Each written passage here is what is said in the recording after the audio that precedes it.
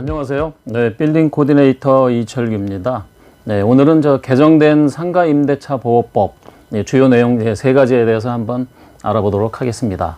네, 첫 번째로 제1급 감염병 등에 의한 경제사정 변동 시에도 차임 또는 보증금 증감을 청구할 수 있다.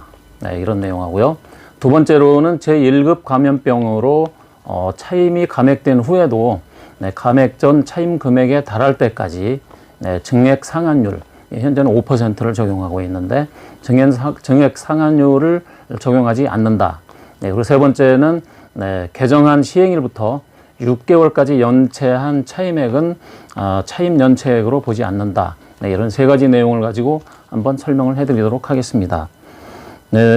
우선 이런 이 개정된 법안 내용이 어떻게 보면은 임의 조항입니다. 강제 조항이 없기 때문에 임대인들이 어떻게 대응을 할지 여기에 대해서는 아무래도 검증이 필요하다고 볼 수가 있는데요. 코로나로 장사가 이렇게 어려워지면서 임대료 인하 청구가 가능하게 됐는데요.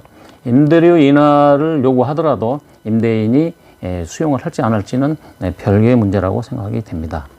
어떻게 보면은 이런 효과가 극대화가 되려고 하면은 임대인에게도 어떤 인센티브를 줘야 효과가 훨씬 더 나아질 걸로 예상을 하고 있습니다. 예를 들면은 임대인에게 대출금이나 이런 것들에 대한 연체를 인정을 해주든가 아니면은 금리를 대폭 인하를 해주든가. 현재 은행에서 보면은 을이 임대인이죠. 을인 임대인에게 갑인 은행을 상대로 해서 이자를 낮춰줄 권리도 함께 보장을 해줘야 되는 것이 아닌가 이렇게 생각을 하고 있고요.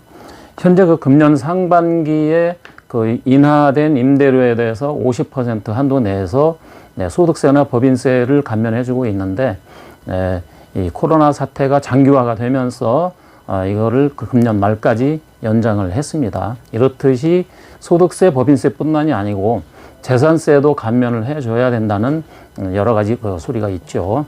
현재 제주도나 안양시에서는 재산세도 인하된 임대료의 50% 한도 내에서 이렇게 감면을 해주고 있습니다. 그래서 이러한 법안들은 서울의 경우에는 환산보증금이 9억 원을 초과하는 경우에는 임대료 증감 청구권을 사용할 수 없다는 점을 참고로 이해해 주시기 바랍니다. 그리고 두 번째로는 계약갱신 때 감액 전 수준까지 제한 없이 임대료를 올릴 수 있다는 점을 들 수 있습니다.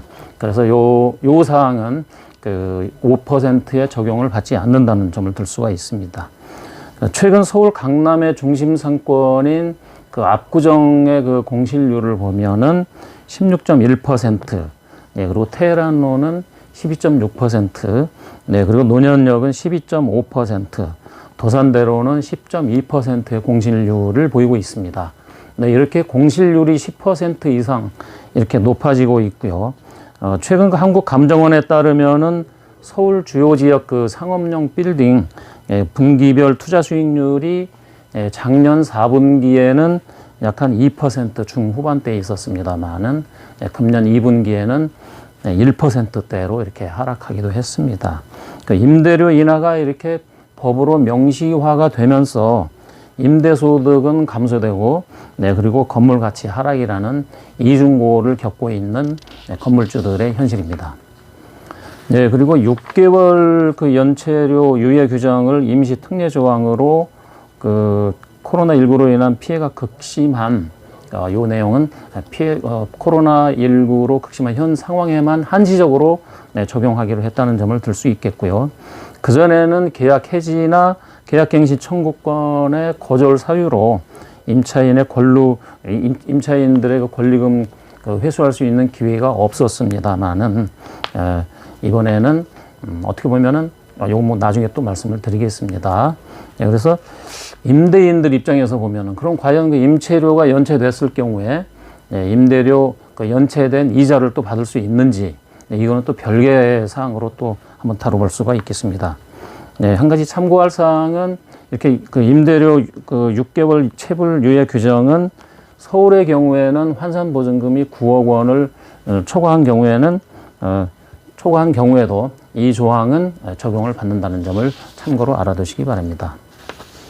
이렇게 그 건물주들 중에는 재력이 상당한 그 자산가들이 운영하는 뭐 빌딩도 있겠습니다만은 더 많은 사람들 중에는 연세가 지극하시고 여기서 대기업이나 이런 데 그 회사에 은퇴를 하고 생계 유지형으로 임대 사업을 하시는 분들이 상당히 많습니다. 거기에는 물론 당연히 대출을 최대한 활용해서 임대를 하고 있는 분들 입장에서 보면은 임차인들이 이 법 조항에서 보면은요. 그래서 임차인들이 뭐 구체적이지 않은 것은 임차인들은 그럼 과연 얼마나 그 차임 감액을 받을 수 있는지, 그리고 임대인들은 여기에 대해서 어떤 또 뭐 대응 방안이 있는지 구체적인 내용이 빠져 있기 때문에 상가임대차 보호법으로 인해서 상당히 그 상가 시장은 혼란스러울 걸로 예상을 하고 있습니다. 그래서 그 작년에 비해서 금년에는 공시지가가 상당히 상승을 했죠. 그래서 임대인들 입장에서 보면은 뭐 세금도 상당히 많이 올랐고요. 그리고 대출 원리금도 꽤 많은 금액을 상환을 해야 되고, 이렇게 되면서 임대료 수입 감소에 따른 경제난을 상당히 호소하고 있는 현실입니다. 그리고 추가로 최근에 그 발의된 법안을 두 가지만 더 좀 알아보면은요. 임대인이 철거나 재건축할 때 임차인의 계약갱신 요구를 거절하면은 임차인은 임대차 종료 당시 권리금에 대한 금액을 보상을 받지를 못했었습니다만은 특별히 이것도 임대인이 철거나 재건축 시에도 임차인을 내보낼 경우에는 권리금을 보장을 해줘야 된다. 이런 법안이 발의가 됐고요. 또 한 가지는 현재 5%로 제한되어 있는 보증금이나 임대료 상한액을 현재 우리나라 물가 상승률 직전 연도의 물가 상승률에 비해서 2배를 넘지 않도록 이렇게 규정을 제한을 하고 있습니다.